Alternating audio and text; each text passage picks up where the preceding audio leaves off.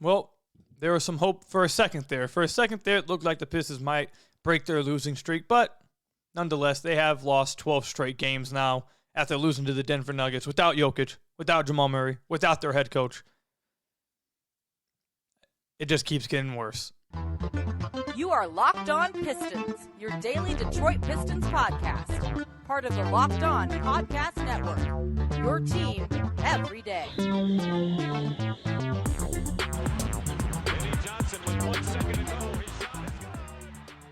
What's the deal? Welcome back to another episode of the Locked On Pistons podcast. Per usual, I'm your host, Koo Cahill. You can find me over on Twitter at Koo Cahill. I want to thank you guys for making Locked On Pistons your first listen of every single day.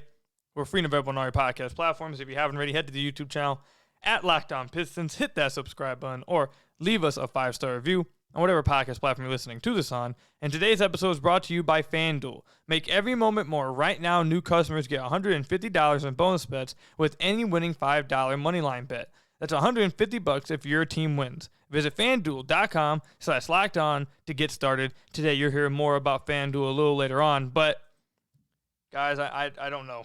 Guys, I don't know how much. I don't know if I got it in me no more, man. I don't know. Man. The Detroit Pistons lose their 12th straight game to the Denver Nuggets, which, again, on its face, doesn't sound terrible. Oh, well, actually, hold on. Let me backtrack. It sounds terrible on the face. It doesn't matter. But losing to the Nuggets part doesn't sound terrible. The 12th straight, I don't care who you lose to. I don't care if you played the Monstars. It's 12 games is 12 games. So, but losing to the Nuggets itself doesn't sound terrible. That is until you find out that they were without Jamal Murray. And Nikola Jokic mailed this one in, getting ejected 14 minutes into the game. And then also their head coach gets ejected in the first 12 minutes of the game. The Nuggets very clearly early on had mailed this game in. Didn't look like they were taking the Pistons seriously at all. Didn't look like they even wanted to be on the court. Jokic clearly didn't want to be there. Michael Malone clearly didn't want to be there. Like none of the Nuggets looked like they wanted to be there, except two people. Two people looked like they wanted to be in Detroit. Two people looked like they were actually familiar with Detroit, and I wonder why. Their names are Reggie Jackson and Kentavious Caldwell-Pope. In a game the Detroit Pistons had a chance to win. In a game where the Pistons had the lead late in the fourth quarter. In one of these games, the Pistons had it at a tie game after a Cade layup with a minute and a half left. In one of those games, it wasn't Jokic that sent them home. It wasn't Jamal Murray that sent them home. It wasn't Aaron Gordon who sent them home. It was Reggie Jackson, who wasn't even in their rotation last year, and KCP, the two former Detroit Piston backcourt mates for a 6-year stretch. The former Detroit Pistons sent the Pistons home packing for their 12th straight loss. 12th straight loss. Kentavious Caldwell-Pope had 20 points. Reggie Jackson looked like 2016 Reggie with 21 points and 6 assists, 9-15 shooting. Those two guys just sent the Detroit Pistons home for their 12th straight loss. It's every time I think it's hit rock bottom, it somehow gets worse. I wouldn't have came on here and say it was rock bottom after just losing to the Denver Nuggets. But my God, every day it seems like they find a new way. Every single day. If you would have told me they lost to Jokic and Murray, I would have been like, well, yeah, shouldn't have lost those other teams. 12 straight, you get what you get. If you would then came up to me and said, yeah, well, they were without Murray, they're without Jokic, their head coach gets ejected early in the game, and the Pistons lost to Reggie Jackson and Kentavious Caldwell-Pope. Those two guys send you home. It just keeps getting worse, dog. It seriously just keeps getting worse. I can't find the words for how upsetting, how embarrassing, and unacceptable this really is. Reggie Jackson, again, wasn't in the Denver Nuggets rotation this past season. He joined them midway through the season on the waiver wire. He shot 38% for them last year. He wasn't in their rotation.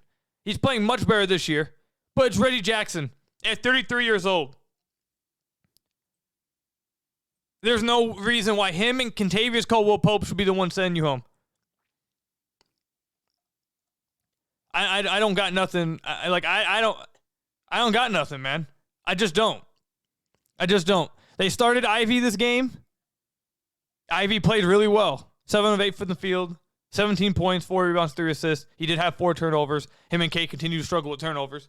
But Ivey, I'd say, played a fine game. And despite that, despite Ivey starting and playing a good game, I was told Ivey would be the difference. I was told, you don't need to do anything. This team's fine. Once Ivey starts, he's going to save everything. They lost to a Denver team without their 2 best players and their head coach. Despite that, starting Cade Cunningham and Jaden Ivey, they still only scored 103 points this game. They shot 44% from the field and 33% from deep. Jaden Ivey is not saving this. No one player is saving what's going wrong with the Detroit Pistons. The Pistons have lost 12 straight games. I tweeted this out and I mean it. If the Detroit Pistons can't beat the Denver Nuggets without Jokic and Murray and without their head coach and having a lead late in this game, if they can't beat Kentavious, Caldwell-Pope, and Reggie Jackson, who can they beat? Who are they going to beat? Like, these teams keep giving the Pistons chances. If you went through each game and didn't tell somebody the result before the start of the year and told them, okay, this Milwaukee game, you're going to have the lead in the second half, and they're going to be without Giannis. In the Portland Trail Blazers game, they're going to be without their two of their best players, and you're going to have a lead in the second half. In this game against the Phoenix Suns, they're going to be without 2 of their best players. You're going to be having it competitive. In a game against the Chicago Bulls, you just beat them earlier in the year, and you have a lead in the second half.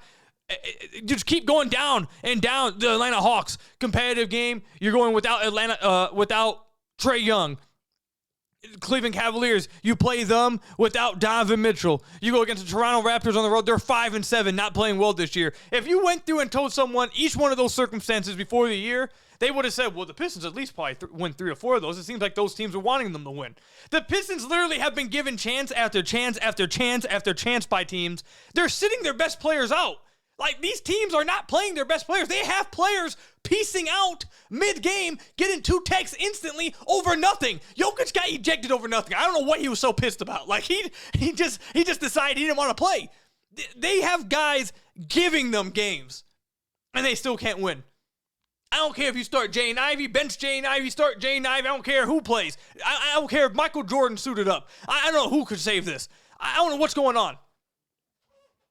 Look, we're going to talk about Cade having a good game later because we can't just sit here and talk about negative nonstop. But let me make this very clear. We are going to talk about Cade's good game and talk about what he did well.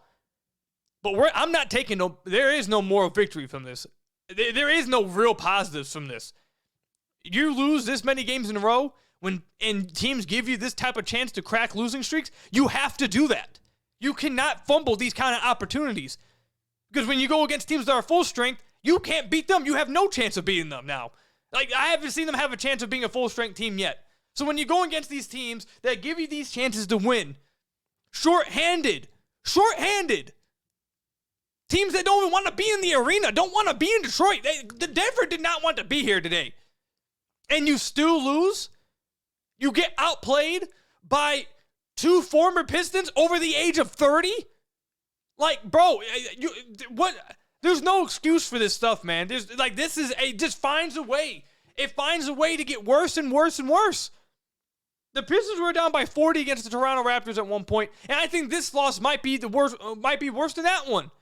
Once the Pistons got down to 20 to the Raptors, everything after it was just a joke, basically. Everything after that, I just found things to laugh at. It was just like a funny thing. You turn it into a comedy at that point. Like, it turned into a comedy movie, okay?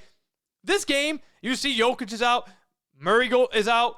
Malone goes out. The Pistons have a lead in the second half. You're like, oh my God, they've been given an easy gift here, an early Christmas present. The Denver Nuggets came to Detroit feeling jolly, decided to give the Pistons a present. Who knows? I don't know what the Pistons did to deserve one, but they gave them a present. And the Pistons said, you know what? This present, we don't like presents. We like coal. We're just going to give you guys the present right back because we don't like them. Like, I don't know. I don't got nothing. I ain't got nothing for y'all. I ain't got nothing. I don't know what to say. I don't know what to say. How you guys feeling, man? How you guys feeling after 12 straight losses? Let me know in the comment section down below or over on Twitter at Kuka Hill. When we come back, we'll talk about Cade, who did have a good game, and talk about the things he did well within this game.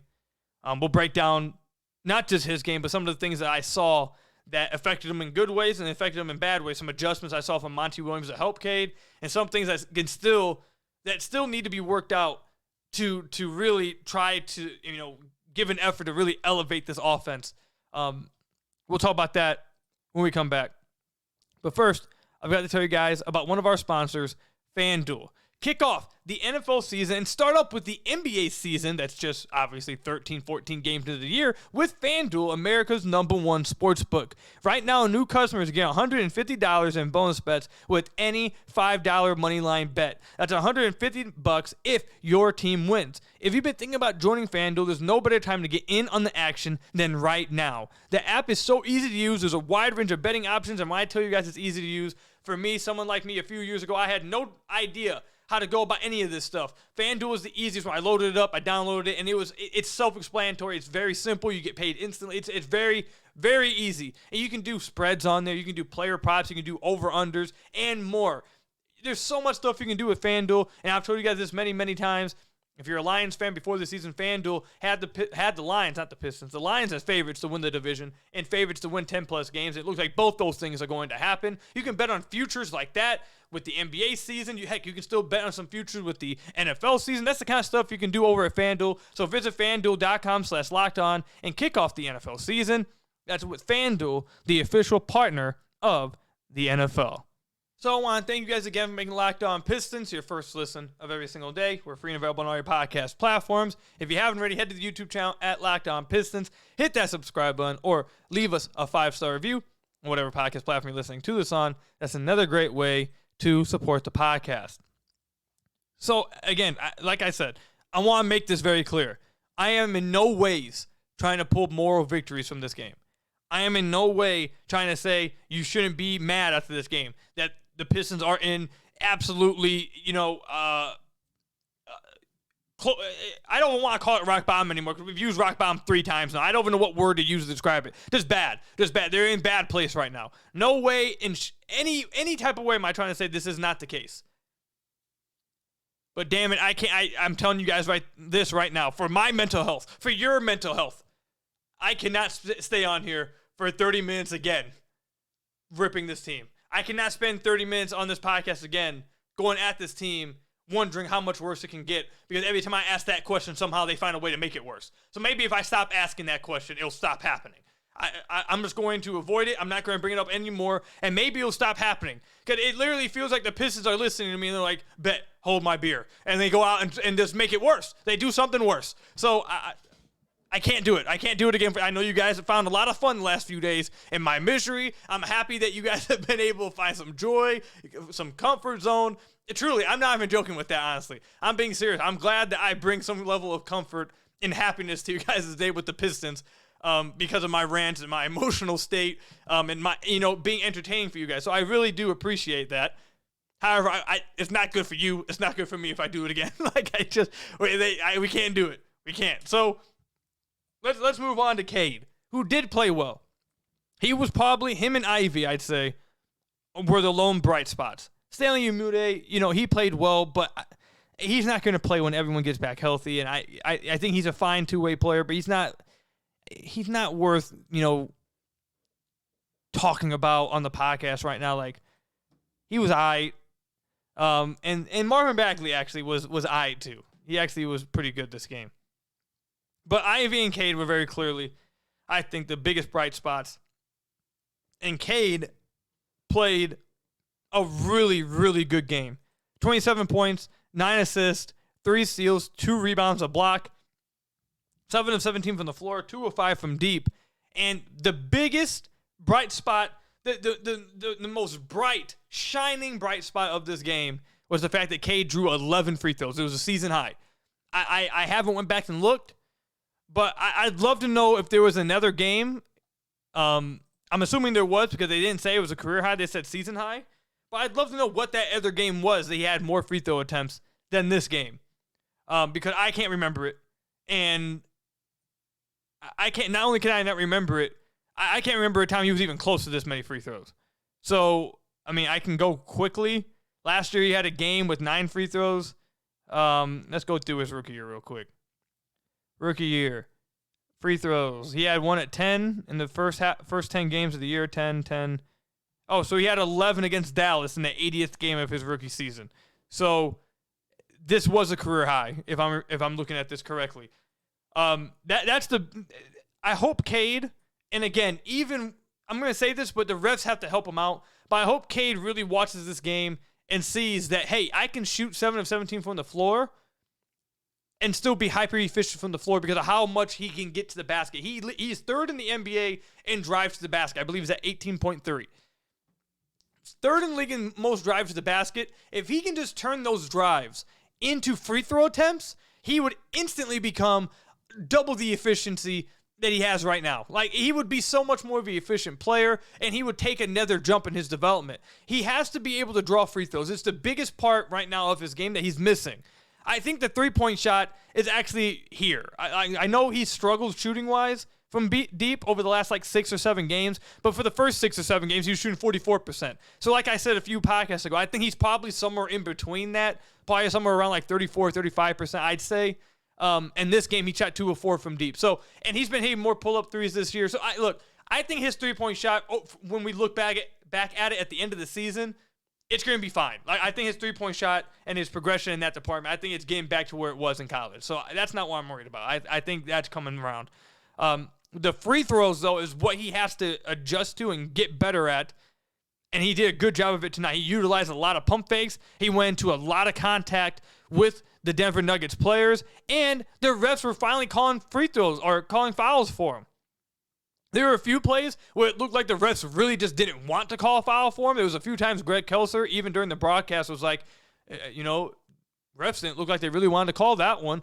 And yeah, for real, there was multiple times where they ended up calling a foul, but they waited till the very last second, or the ref on the other side of the court had to call the foul because the one right next to Cade didn't want to call it. So I'll maintain that I think Cade just gets an absolutely terrible whistle and refs don't respect him somehow. But whether we like it or not, Cade needs to find some way, like he did tonight, to bait the refs into having to make these calls. Make it so obvious that he's being fouled the way he gets these free throw attempts. Because getting these 11 free throws, it slows the game down for him. It slows the game down for the Pistons. He plays a more efficient game. And you end up with a game where he has 27 and 9 assists, and he's able to play really, really well. And he looks like that number 1 overall pick. He has to continue to get to the free throw line. And one thing that I thought they did a lot this game, which I very much hope you see a lot more with Cade moving forward, they used him in the post a ton today. And I don't mean down the block. I mean got him in the post around the high post area, extended, let him back down, catch the ball and be able to face up against his guy, put his back to the defender, spin off of them, give him a little Jimmy Butler, sway jab step. I believe they call it the fake jab, a sway fake jab step. I don't know what the exact terminology is, but if you watch Jimmy Butler, it's his favorite move is when he takes the jab step and swings the ball back and forth so you don't really know which way he's going, then he explodes to the right. Or whichever way he jabs to. He was doing that a lot tonight. It really allows him to use his size and length to his advantage and use his quick, I won't say he has an explosive first step, but he's very creative with his handle, I feel like. And he syncs his handle with his footwork very well, which really helps in those quick, short spaces, like in the high post extended area. And he was doing really well in that area. He was drawing a lot of fouls from it. Guys had to foul him because they just weren't big enough to guard him. And that's part of the advantage you should be using at 6'6", 6'7". The Pistons have a 6'6", 6'7" point guard. You need to be using his height and his size against guys that are trying to guard him. So I hope that not just Cade, but Monty Williams watches this game and sees how effective he was out of that high post extended area and by getting to the basket, using his size to get over guys. I think that's something you'll see the Pistons do a lot more this season. And another thing that they did a lot more in this game that will help Cade, but not even enough. I don't think they even did it enough. But they played lineups with him that had a lot of spacing. Isaiah Livers returned. We'll talk about his return later. He returned, and having him on the floor, they played him a lot. He was supposed to be on a minutes restriction, but I believe he played 24 minutes in this game, didn't he? Or 23 minutes, that's what he played. He played a lot of his minutes at the 4 next to Isaiah Stewart at the 5. You had Jaden Ivey at the 2. and then Asar Thompson at the 3. So you had one guy on the floor and Asar that couldn't shoot, but everyone else on the floor is theoretically a spacer. So it gave Cade a little bit more space to drive. You saw him getting to the basket a ton, drawing fouls. I hope they can continue to try to run layups with him and spacing, I should say. It's very, very important. They have to do it. Even despite that, though, the players that he's playing with are still learning how to space an NBA floor. And it's really hurting Cade, and it hurts the Pistons offense. For example, there's 2 possessions in the final minute and a half of the game. First play, Cade gets a pick and roll. He ends up turning into a little semi-ISO, beats his guy off the dribble to the right, driving down the baseline somewhat. Gets all the way to the rim, and Stu's sitting in the dunker spot. His guy rotates to Cade. Cade has to deliver a pass to Stu in the dunker spot, but Asar Thompson is also floating around the mid-range area, ends up cutting right down the middle, so that leaves Michael Porter Jr. right behind Stu, who's able to get the block on Stu because the spacing just wasn't very good in that possession. If, let's just say on that possession, you have Stu in that deep corner, and you have either Asar spotting up on the wing or him in the dunker spot, now you're making the defense pick their poison a little more because Cade creates the advantage. Either you help on Cade or he gets a layup. If you do help on Cade, now Cade can either kick out to the deep corner, which is always what you're supposed to have when you drive along the baseline. Someone should always be in the deep corner as your release valve. You kick it to him in the deep corner, Stu gets a wide open 3 because of the advantage he created, or they stick with Stu and Asar gets the easy dump off for a dunk in the dunker spot. They didn't do that. They're still learning how to space the floor, and that hurt that possession. And then another possession with, I believe, 20 seconds left. Cade hits Reggie Jackson with the tween cross, beats him off the dribble. If you look at the video, fans on the baseline go crazy because it really was a dope move. Cooked Reggie. And then he gets to the rim, and KCP is sitting at the rim waiting for him, goes up vertically because Asar Thompson's sitting in the dunker spot. In that situation, the Pistons are down by 3 with around 18 seconds left on the clock. Sitting in the dunker spot isn't doing anything for the Pistons. Even if you score that 2, you're still losing. You're still down by 1. In that situation, Asar needs to be spotting up in the left wing. Stu's over in the corner like he was supposed to be. And if that's the case, if they want to help on Cade, now you've generated an open 3. Cade has generated an open 3 and did his job. And now you just have to hope that you get you make the open 3. Even if it is Asar taking it, at least you generate an open 3 with a chance to tie the game. Instead, you end up with a forced layup at the rim. And even if Cade dumps it off to Asar in the dunker spot, you still only getting 2 points. You're down by 1. So those are situations where the Pistons have to get better at situationally, IQ-wise, knowing where to be on the court. I don't know if it's a scheme thing or if it's the players messing up, but players need to be in the right spots on the floor that best suit them. If you're going with Stu at the 5 as a spacer, he needs to be used as a spacer. The guy who should be in the dunker spot is Asar. Asar is going to be the one that's lethal in the dunker spot. Stu needs to be spotting up, doing what you'd like him to do best, which is shoot the basketball and provide spacing. So that's something I really want to see them get better at moving forward because it would really help and solve a lot of their issues if guys were in the right places on the floor that helped the overall offense. But yeah, overall, a good game from Cade, but it didn't result in the win, which is what really matters at this point. 12 straight losses, you need to get a win. So let me know what you guys thought about Cade's game tonight in the comment section down below or over on Twitter. At Kukio. When we come back, Isaiah Livers returns from injury. How did he play in his first game back? We'll talk about that when we come back. But first, I've got to tell you guys about one of our sponsors, PrizePicks. PrizePicks is my favorite daily fantasy option out there. You might be asking, Ku, what is PrizePicks? Well, again, it's daily fantasy, and you go on there, and you pick 2 to 6 players, stat projections, to see if they go more or less than their PrizePicks projection. It's just that easy. Simple as that. Nothing else, nothing more, nothing less. It's simple. You either pick the over or more than Cade on his points, or you pick less than Cade on his points. More than Cade on his assist, less than Cade on his assist. Simple as that. All across the league, and it's not just NBA, it's NFL, NHL, esports. They literally have everything on PrizePicks. And with the basketball season here, you can now pick combo projections across football and basketball, like I was just saying, from the Specials League. A league created specifically for combo projections that includes 2 or more players from different sports or leagues. For example, LeBron James and Travis Kelce at 10.5 combo of 3-pointers made and receptions.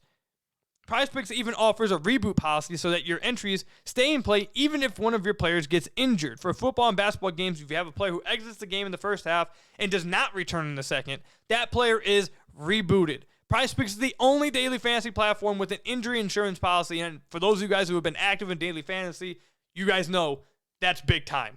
That is huge. It's another reason why PrizePicks is my favorite daily fantasy option out there. So go to prizepicks.com/LockedOnNBA and use code LockedOnNBA for a first deposit match up to $100. Again, yes, if you use code LockedOnNBA, you'll get a first deposit match up to $100 with PrizePicks. That's daily fantasy sports made easy, again, with PrizePicks. So I want to thank you guys again for making Locked On Pistons your first listen of every single day. We're free and available on all your podcast platforms. If you haven't already, head to the YouTube channel at Locked On Pistons, hit that subscribe button, or leave us a 5-star review on whatever podcast platform you're listening to this on. That's another great way to support the podcast. Isaiah Livers returned in this game. Didn't play very well. It's his first game back, not sweating it too much. But he definitely didn't play well. He shot 1 of 7 from the field, 0 of 3 from deep. His only made shot was his first shot of the game within the first 20 seconds of him coming in. He had a pull-up midi coming off a pick and roll. Outside of that, really struggled tonight. But even with that, you did see that defenses respect his spacing more than other options on the Pistons. And simply having that threat of spacing helps the Pistons in some capacity. Now, him playing badly and not making shots, that hurts. But that's where the Pistons are at right now, to where even if he's missing shots, simply having someone who has somewhat of a level of respect from defenses from beyond the arc will help them. It helps them. Now, you need him to make shots. But yeah, if you watch this game offensively to see how defensive we're guarding Livers versus how they guard some of the other players on the team, you notice it instantly. So once he starts making shots, it'll be big time. They desperately need that. And Monty obviously really likes Isaiah Livers because he was supposed to be on a minutes restriction and play 23 minutes. So if that was him on a minutes restriction, I can only imagine how many minutes he's going to play without a minutes restriction. So I think Monty notices that, the fact that he can bring that spacing and a level of defensive competence because of how active he is as a team defender, how active he is on the board. He knows where to be. So I think Monty is probably going to really like Isaiah Livers. You're probably going to see a lot of Livers moving forward. Happy that he's back from injury. Didn't play well in his first game back, but it's his first time playing basketball in over a month and a half. I'm not trying to go at him too much over that. That's not, I expect him to play better moving forward. Let's let him knock the rust off a little bit before we start going at him. Okay? But, yeah, happy to see Isaiah Livers back on the floor. They desperately need him at this point. Outside of that, the bench really played bad. Alec Burks has not played well at all since coming back from injury. That's him coming back down to earth, and even going worse than coming back down to earth is killing the Pistons bench. James Wiseman I'm just not going to say anything because I don't want to be mean, but it's tough. James Wiseman just not playing well. His minutes are killing the Pistons. In just 9 minutes of action, he was a -10. It's not having a third backup big that you can trust, to where now you have to play Stu at 5 for a whole, you guys know how frustrated it makes me. They need to get another backup big. They need to address this. Isaiah Livers didn't play well. Marcus Sasser only played 5 minutes in the first half. Didn't particularly play well. And then Killian Hayes only played 13 minutes. I don't know if that's because his new role, what he's going to play from now on, or if it's because he's on a minutes restriction due to the injury. He had a shoulder padding on both his shoulders. He didn't play well. 0 of 2. He only took 2 shots in this game. Honestly, you didn't even notice he was out there when he played. Kind of just out there in this game. So not a good game from the Pistons bench at all. That's all I've got for you guys, man. Thank you guys for making Locked On Pistons your first listen of every single day, man. Hopefully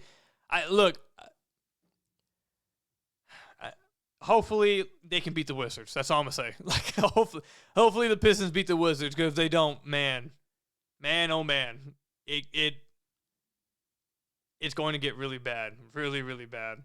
But again, man, thank you guys for making Locked On Pistons your first listen of every single day. Free and available on all your podcast platforms. Hit that subscribe button to the YouTube channel. Leave us a 5-star review, whatever podcast platform you're listening to this on. And until next time, I'll see you guys later. Stay safe out there. Go Locked On Pistons. Until next time, peace out.